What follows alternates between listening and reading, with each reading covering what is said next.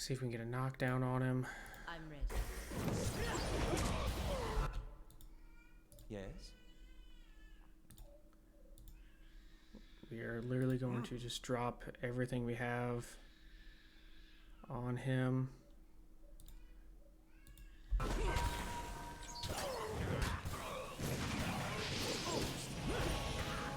Dang it. Exactly what I didn't want to happen.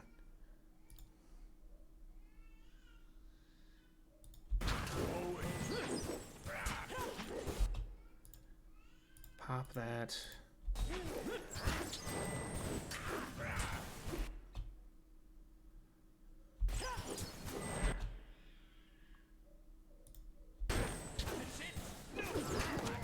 So we focus the judge. Some of those. Alright. You guys stay on him. I'm ready. Heal yourself. Pop some heals. Fuck. All on him. Yes?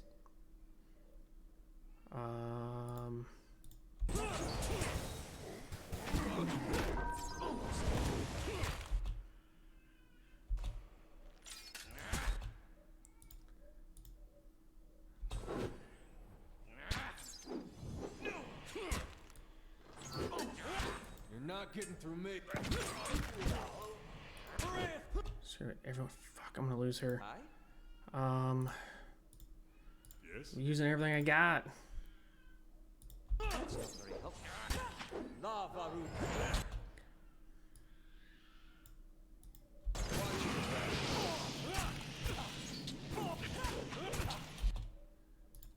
Um,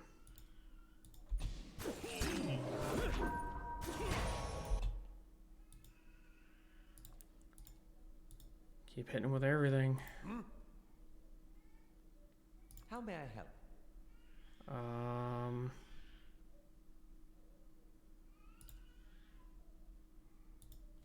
Ah, thank you.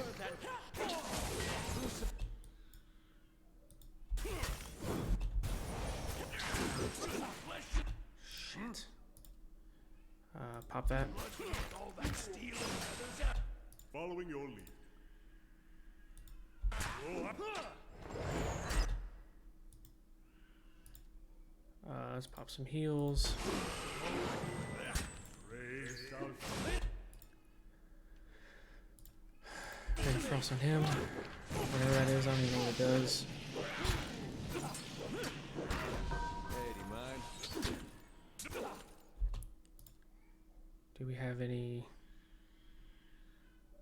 lowering their melee accuracy?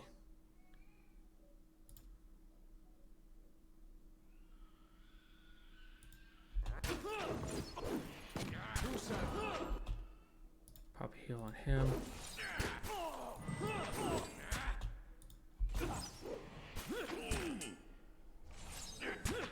That's not very helpful. Alright, everyone on our homeboy. Pop that. As close as we've gotten. Nope. You get those back out. Light him up. We really don't have anything. Frightened. Paralyzed, sickened. Do it. Let's go.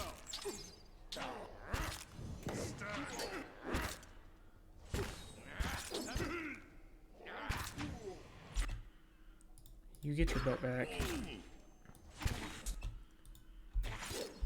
Following your lead. Alright, resummon those. Roll up. Turn. Alright, everyone on him. How may I help? Use. You know what? No, we're gonna summon him. Ah, Ulu, thank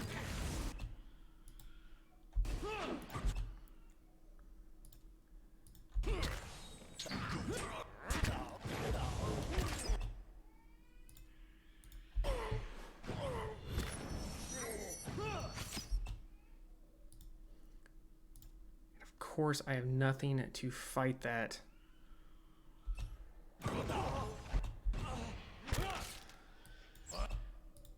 Wait. Yes, I do. Yes, I do. Get that off. Get it off. Everyone back on him. What is this?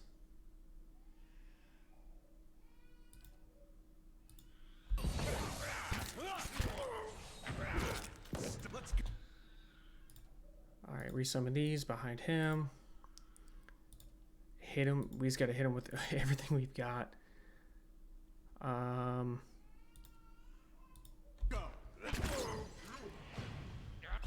Gosh, dang it.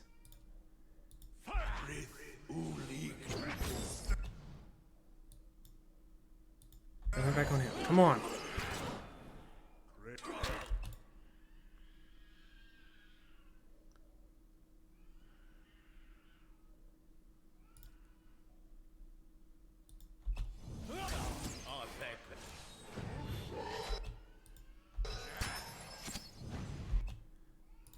Gosh dang it. Can you stop? Summon our little worms. I want every bit of damage on this dude. Come on.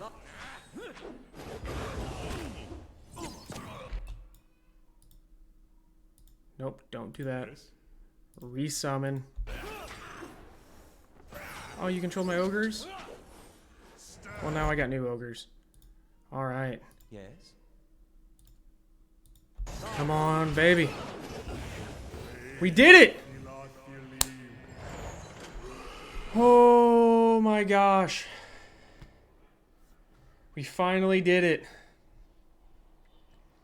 At your feet rests the body of Theos, hollow and dense wrinkles shaped by the silent shouldering of an eternal burden now soothed across his color-drained face. His soul remains still for the moment, defenseless, its energy expanded in defeat. It lies sprawled across his body like a death shroud. All those lifetimes spent to preserve a single vital secret. I would expect a man to reconsider his choices after the first 500 years. Theos followed his mistress's orders too well. I don't know if it's a blessing or a curse that he will remember this again one day after he makes it through the wheel. At some point, you have to look at the things your God is telling you to do. Ask yourself, All those lives. And at the end of them, he was no better than the very people he sought to guide. A pity you would ever have to face that realization again. Explore Theos' soul.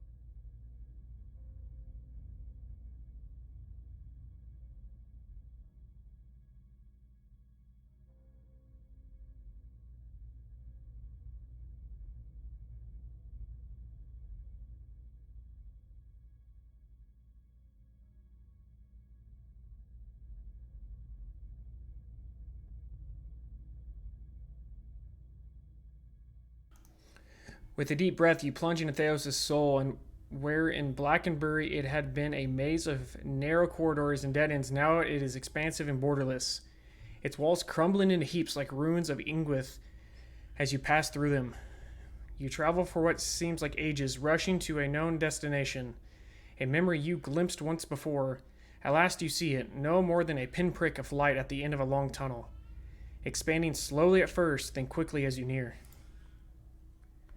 You come out in the room you are standing in now, but it is new and pristine and filled with people, thousands of them. All turn towards the great Audra pillar and the machine that encases it. Theos stands at the machine, and you are now one with him now. You are one with him now. You look out at the crowd, all faces shriveled old men and shrub-cheeked little girls, at mothers bouncing infants to quiet them and fathers clasping their children's restless hands and watching you with somber acceptance. A woman with tears in her eyes gives you a small nod. You turn back toward the machine, your breath constricted beneath a weight of unwanted knowledge, preparing yourself to set out alone on a journey without end. You close your eyes and open them again to find the machine still in front of you, beckoning. You take your place in front of it and place your hands upon a large mechanical disc at the base of a giant crystal column and speak a single word. Giant rings creak to life, building speed, setting arrays of carved draconic mouths aglow, and sending tremors through the platform beneath you. The entire room shakes now with the force of accelerating machine, all sound drowned out by its deep, deafening thrum. Brilliant tendrils of light arc outward from the pillar in all directions. You look over your shoulder to see them engulfing the crowd, burning them brightly like hot iron. One by one, the tendrils disappear, leaving ashen effigies where people once stood, many of them disintegrating into gray heaps under the stress of the tremors. You look above the object pillar. A glowing spherical mass has begun to coalesce atop the column where the ark's coverage. It grows and pulses, translucent and bulbous, like some immense chrysalis, suspending in slow rotation as though it had been spun from the arcs of light. When the last arc disappears, your spectral mass hangs for a moment, no longer rotating, so bright you must shield your eyes from the outstretched hand. It seems to you as though it is looking at you. You bow your head in acknowledgement and look back up to see it melt into the pillar like warm candle wax.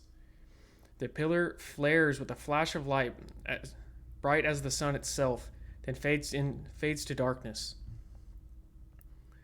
The machine slows down to an abrupt halt, and when the last echo of its grinding cogs has passed, the chamber is still, and you are alone. From all sides, reality begins to bleed in through the membrane. You find yourself in your own skin once more, looking down at Theos' lifeless body.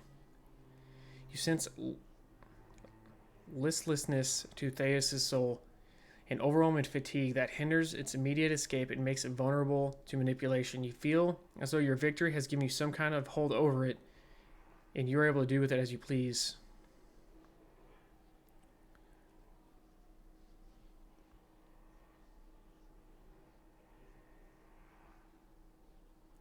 Banish his soul to Berith Amon.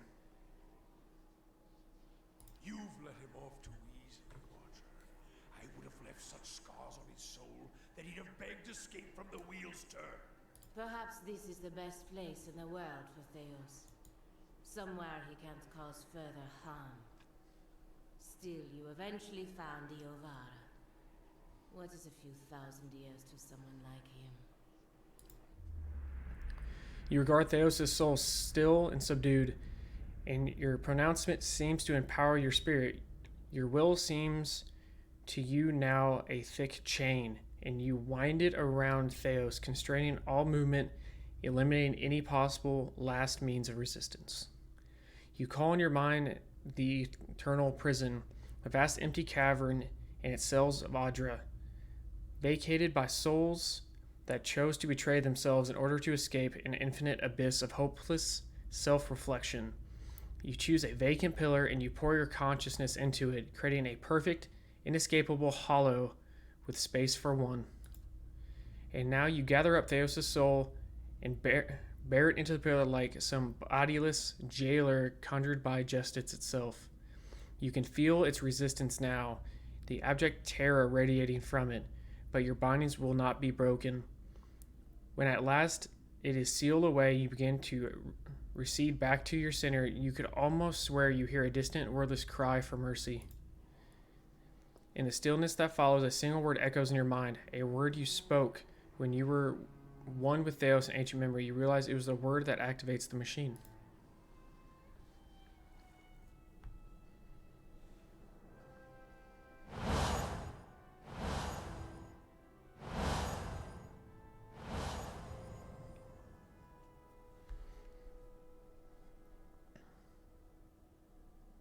Machin. Hey.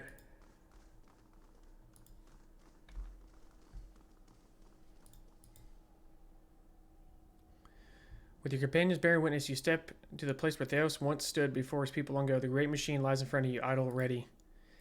You have seen the machine and others like it in operation. You understand how it works. It's a device for directing souls. As a watcher, it would be a simple matter to influence that direction.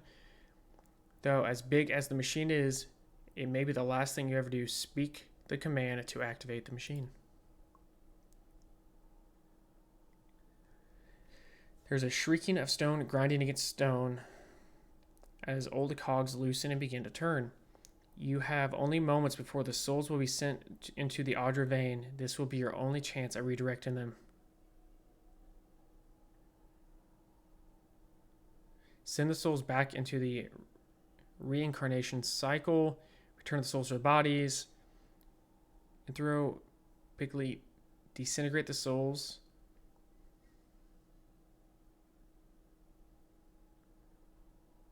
I'm going to send them back to reincarnation cycle. You close your eyes and expand your perception outward, taking in the immense totality of tens of thousands of souls orbiting in the chamber. Your grasp on the souls is tenuous. You find yourself fighting to keep them all within your influence, and you can feel them slipping away from you as the machine gains speed.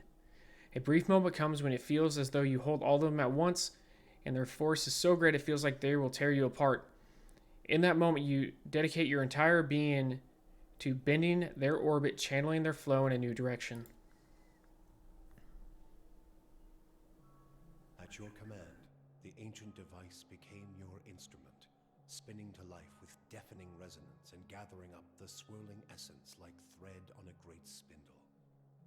There, in the pale pulsing glow of the machine that set you on this path long ago, you summoned all your strength, focusing on your objective and blocking out all else.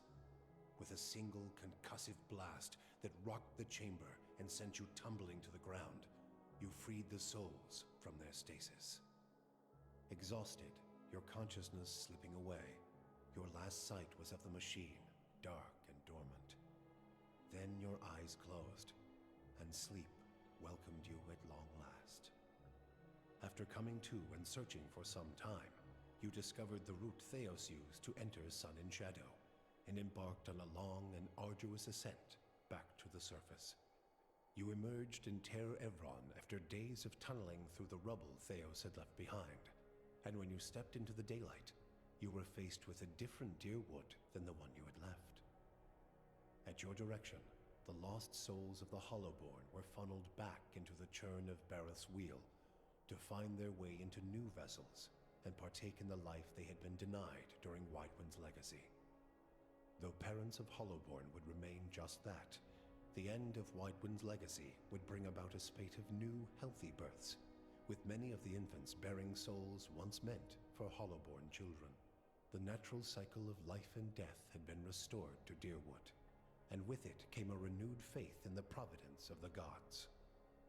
Though you had killed Lord Radric in his throne room, so strong was his drive to rid his land of Eothasians that he returned to life as a Death Guard, a deathless crusader for his brutal cause. With the remains of his humanity stripped away, Radric came to see all the people of Gilded Vale as worshippers of Eothas, and one day he led his forces into the village personally to see them all purged from his lands. Gilded Vale was left a hollow shell, its buildings ruined, and its people slaughtered. Even travelers and would-be squatters knew better than to take refuge inside its borders. Lord Radric returned to Radric's Hold, where he remained, keeping eternal watch over his barren domain. Following the assassinations of Duke Avar Wulfgren and Lady Webb, Defiance Bay was thrown into political upheaval. In the ensuing weeks, the streets had become the domain of looters and blackguards. Few dared to step outside their own doors alone or unarmed. But order was soon re-established by the Knights of the Crucible, who, despite their depleted numbers, had gained favor in the public eye for their role in the unraveling of the conspiracy surrounding Whitewind's legacy, and were quickly reinforced by returning forces from Fleetbreaker Castle. For the Knights, their resurgence marked a return to the tradition as well. Having seen firsthand the dangers presented by dabblers in animancy, the Order quickly abolished the practice internally, preferring the familiarity of their hammers and forges to the uncertainties of Essence and Adra. Their identity rediscovered, the Knights suppressed their political aspirations and began once again to train their recruits in the art of blacksmithing, recapturing the post-revolutionary ideals of Deerwood and regaining the respect of its citizens as a result. Though the machine atop Ter Noaneth had been disabled, it had not seen its last use. Heritage Hill was rebuilt, and no sooner had the first families moved in to resettle the district than members of the Leaden Key, acting under standing orders from their Grand Master, climbed the tower and reactivated the machine. The initiates slew a handful of the new settlers under cover of night and watched as history repeated itself, the victims reanimating and devouring the survivors. After this second incident, the district would remain abandoned. The Duke's assassination at the apparent hands of an animancer had caused catastrophic rioting in the streets of Defiance Bay, and few animancers survived the first day. Many Deerwoodans took the end of Widewind's legacy as a sign, both that the gods did not approve of animancy, and that the purging of animancers in Defiance Bay had been enough to satisfy them. In time, their rage would subside, and a number of surviving animancers remained in and around Defiance Bay, often taking to the wilds to practice their science without repercussions. The fortress of Cadnua emerged as a bastion of security in the midst of an untamed land, becoming the envy of every Thane and Earl in Deerwood. Legend grew over time of its impregnability, and stories of formidable invaders easily scattered by the keep's defenses became popular around the hearths of Deerwoodinians. Likewise, it also became a beacon to travelers, merchants, and visiting dignitaries alike. Reputed as the finest fortress in all Deerwood, people would journey from near and distant lands alike to experience its fabled hospitality and grandeur. Pallegina had missed the opportunity to complete her mission from the Duke's Bells. The Deerwood's trade with Air Glanfath remained weak, but the Valian republics were unable to enter Glenfathan markets. For her repeated insubordination and loss of lucrative trade, Pallegina was cast out of the Brotherhood of Five Suns. She traveled north of the Eastern Reach, where she tried to avoid trouble as a caravan guard, but she could not escape the strange looks and unwanted attention her appearance brought. Adair chose not to return home to Gilded Vale. Still most comfortable far from cities, he settled in Deerford, which, like many towns in the Deerwood, was beginning the slow process of rebuilding. Believing now that it was the obligation of Kith to be the leaders their gods had not, Adair was soon named mayor of the town, and under his guidance, Deerford soon began to prosper. He expelled the last of the Scanites from the area and drew new settlers with the offer of land, a trick he had learned from someone he otherwise preferred to forget. With each passing day, Deerford would come to more closely resemble the Gilded Vale of Adair's childhood, the one worthy of its name. When the dust settled in sun and shadow, Aloth looked upon the remains of Theos Ix Arcanon, his former master. He saw where the Grandmaster had gone wrong, and he knew what he would do better. The secret of the gods would be preserved, and with it, the sanity and well-being of all Kith. He donned the remains of Theos's ceremonial garb and prepared himself for the long and lonely task ahead. With both their aims fulfilled, Kanarua bid the Watcher farewell and sailed back to his beloved Rawatai. There, he came before the Lore College, determined to guide his people down a better path. Before his intrigued peers, he spoke of the accomplishments of the great people of Engwith and their efforts to bring peace to Rawatai and the myriad cultures of Eora.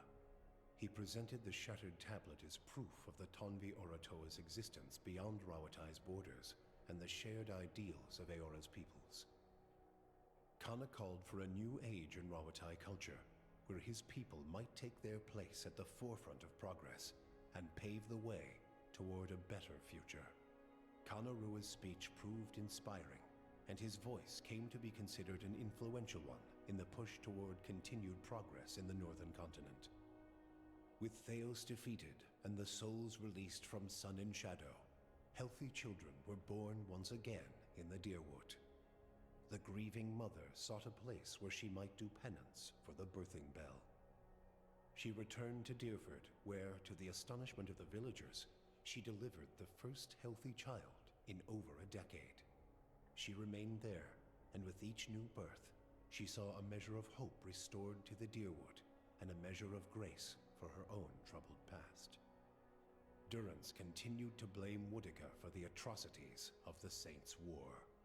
Believing Magrin to have been a pawn in the machinations of the Queen that was, and feeling that Theos' expulsion had been a step towards reconciliation with his goddess, Durrance tried for a time to reopen communication with her. When only silence came, he took it as a condemnation of his continued existence. Ultimately, he built a pyre and threw himself upon it, using his own shattered staff as kindling. Sagani experienced the 4 months of her journey back to Masuk in vivid colors. She strove to memorize every moment of her final trip through the Deerwood, Erglonfoth, the Valian Republics, and beyond, preparing to tell her village of what she had seen on her long journey. All of Masuk shared in her triumph, and she felt her pride and elation magnified by the joy of her village.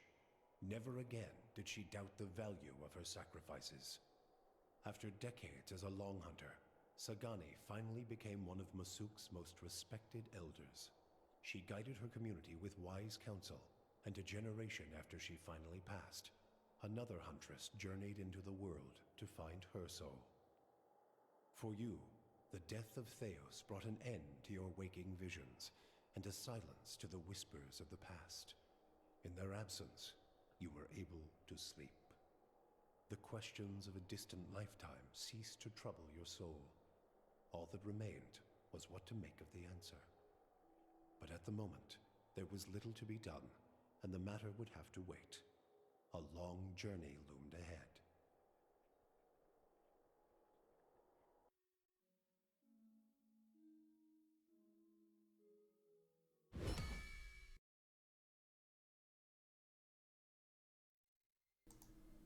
Wow. Oh, that was a intense ending there. That's crazy that the end story of how everything ended up was affected by what quest we did not do. Skip through this. See if there's anything afterwards.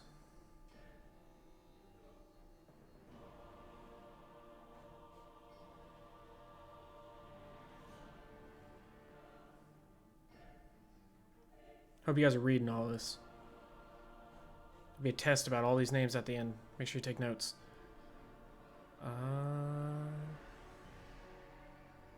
Holy crap.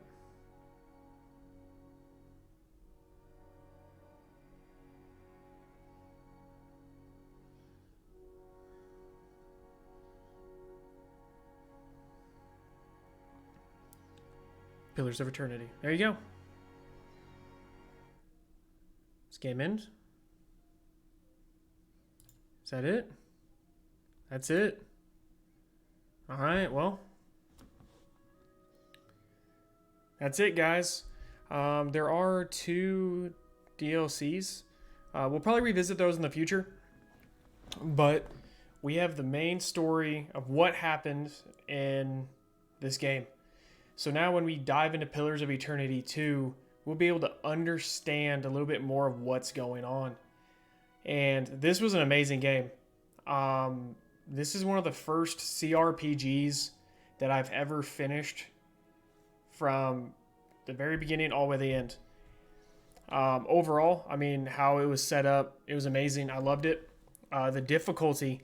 So I played it on Path of the Damned difficulty, so the hardest one.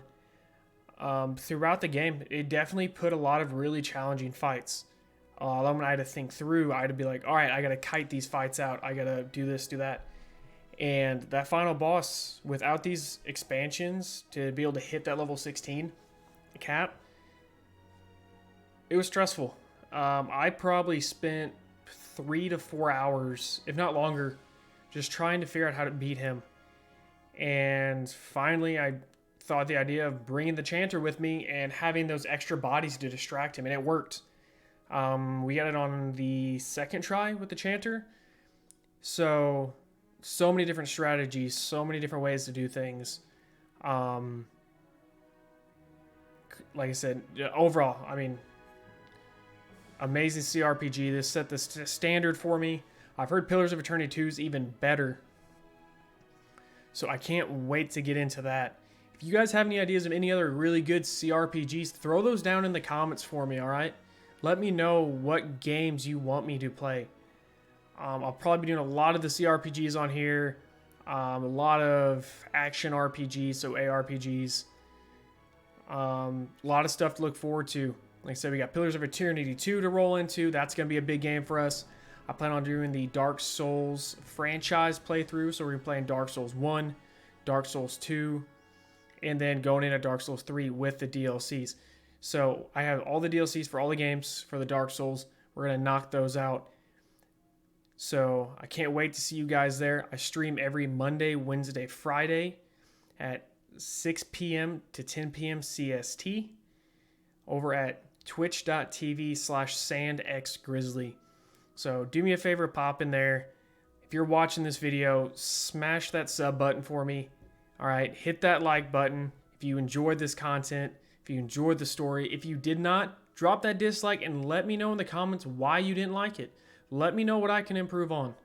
All right.